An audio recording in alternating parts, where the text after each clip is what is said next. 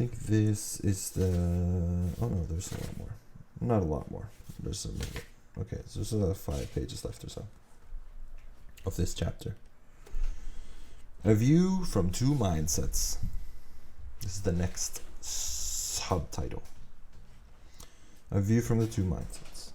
To give you a better sense of how the 2 mindsets work, imagine, as vividly as you can, that you are a young adult having a really bad day. One day, you go to class that is really important to you and that you like a lot. The professor returns the midterm papers to the class. You got a C+. You're very disappointed. That evening, on the way back to your home, you find that you've gotten a parking ticket.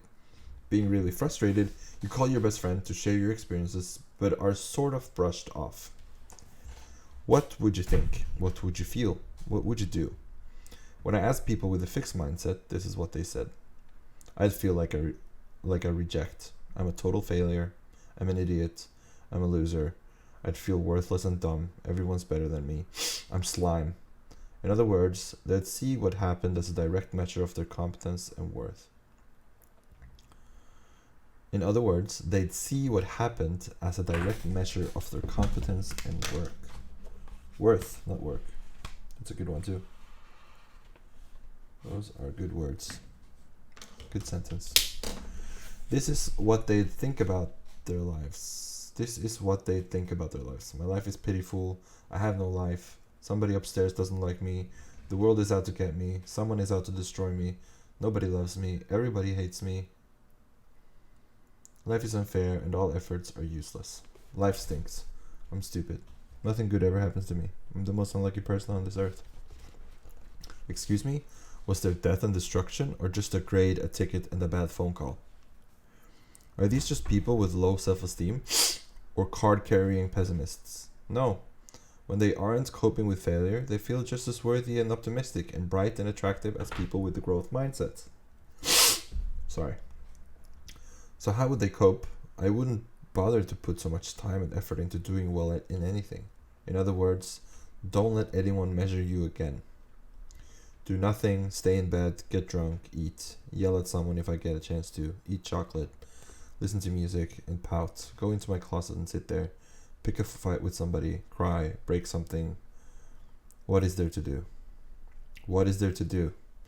You know, when I wrote the vignette, I intentionally made the grade a C+, not an F. It was a midterm rather than a final.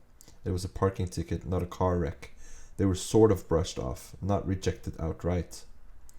Nothing catastrophic or irreversible happened. Yet, from this raw material, the fixed mindset created the feeling of utter failure and paralysis. When I gave people with the growth mindset the same vignette, here's what they said. They'd think, I need to try harder in class, be more careful when parking the car, and wonder if my friend had a bad day. The C+ would tell me that I'd have to work a lot harder in the class, but I have the rest of the semester to pull up my grade. There were many, many more like this, but I think you get the idea. Now, how would they cope directly? I'd start thinking about studying harder, or studying in a different way. For my next test in that class, I'd pay the ticket, and I'd work things out with my best friend the next time we speak. I'd look at what was wrong on my exam, resolve to do better, pay my parking ticket, and call my friend to tell her I was upset the day before. Work hard on my next paper, speak to the teacher, be more careful where I park, or contest the ticket and find out what's wrong with my friend. You don't have to have one mindset or the other to be upset. Who wouldn't be? Things like a poor grade or a rebuff from a friend or loved one. These are not fun events. No one was smacking their lips with relish. Yet those people with the growth mindset were not labeling themselves and throwing up their hands. Even though they felt distressed, they were ready to take the risks, confront the challenges, and keep working at them. That's amazing.